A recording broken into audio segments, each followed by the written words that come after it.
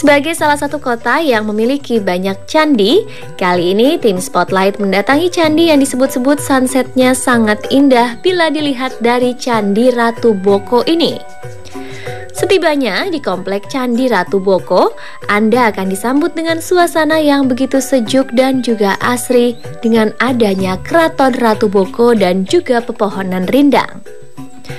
Untuk mencapai destinasi utama Candi Ratu Boko, Anda harus menelusuri beberapa anak tangga yang jumlahnya terhitung tidak sedikit.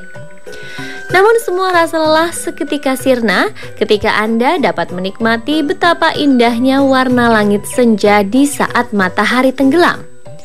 Selain itu, jika Anda berkunjung ke tempat ini di waktu-waktu keagamaan, Anda akan bertemu dengan orang-orang yang akan bersembahyang di candi ini.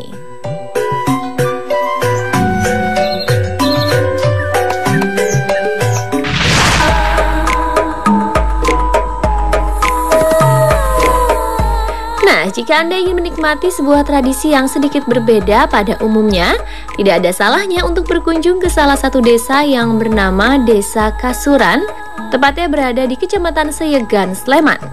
Hamparan sawah nan hijau pun siap menemani Anda sepanjang perjalanan menuju Desa Kasuran.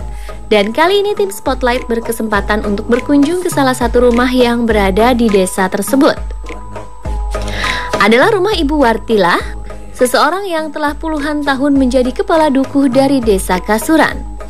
Di rumah tersebut, Ibu Wartilah tinggal bersama dengan sang suami yang bernama Bapak Mudo yang berprofesi sebagai petani. Menurutnya, hampir sebagian besar penduduk dari desa ini tidak menggunakan kasur.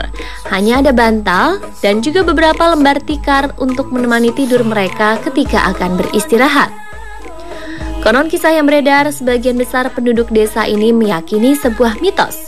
Jika mereka menggunakan kasur untuk tidur, maka mereka akan terserang penyakit. Percaya atau tidak, mitos ini telah mereka yakini sudah sejak lama dan sudah menjadi sebuah sugesti bagi mereka.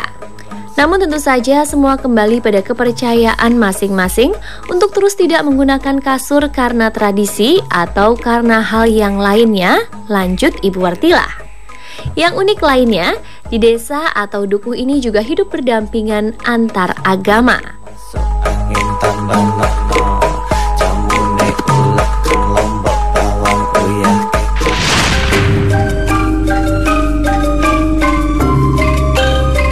Salah satu makanan khas Jogja yang hingga kini masih lestari adalah tiwul, yakni makanan yang berbahan baku tepung singkong yang sudah diolah. Dahulu, makanan ini tidak memiliki aneka ragam yang begitu bervariatif. Namun kini adalah tiwul Mbok Sum yang membuat tiwul memiliki beraneka ragam rasa. Coklat, keju, gula putih, gula merah, dan juga nangka adalah berbagai varian rasa yang ditawarkan oleh tiwul Mbok Sum.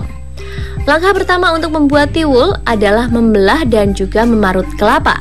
Selanjutnya haluskan juga gula merah. Setelah itu, siapkan beberapa bahan seperti tepung singkong, keju, coklat, gula pasir, dan juga nangka. Jika semua bahan sudah siap, campurkan adonan tepung singkong dengan kelapa.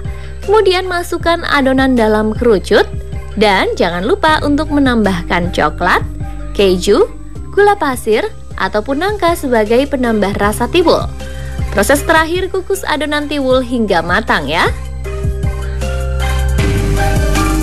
Dan tiwul hangat dengan varian rasa pun sudah siap untuk kita santap. Selain itu, tiwul ini juga dapat dijadikan buah tangan bagi kerabat atau keluarga kita yang sedang berada di rumah. Dan harga yang harus Anda keluarkan untuk dapat menikmati lezatnya tiwul ini adalah sebesar Rp5.000. Sangat terjangkau kan pemirsa?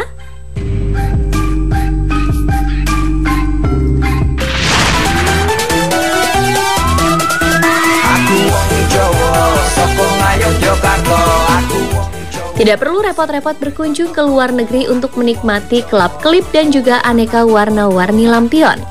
Karena beberapa waktu lalu, tim Spotlight berhasil menemukan hal tersebut di daerah istimewa Yogyakarta, tepatnya di Monumen Jogja Kembali atau biasa dikenal dengan sebutan Monjali oleh masyarakat sekitar. Festival ini diselenggarakan mengelilingi seluruh bagian Monjali tepatnya pada bagian pelataran Monjali atau biasa disebut dengan Taman Pelangi. Di tempat ini kita dapat menemukan aneka ragam bentuk serta warna-warni lampion yang sangat indah untuk dinikmati. Semisal lampion berbentuk burung, pepohonan, hingga tumbuh-tumbuhan seperti jamur. Beberapa lorong lampion indah pun akan kita lewati di saat kita mengelilingi taman ini. Nah, tepat di tanggal 14 Februari 2016 lalu, festival lampion ini pun berakhir.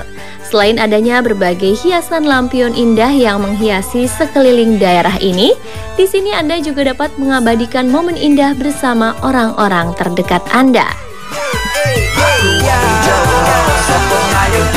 Nah pemirsa, itu tadi beberapa informasi yang berhasil tim Spotlight rangkum pada episode Spotlight Club Jalan-Jalan kali ini. Memang daerah istimewa ini tidak akan pernah habis menyuguhkan sebuah keindahan ya.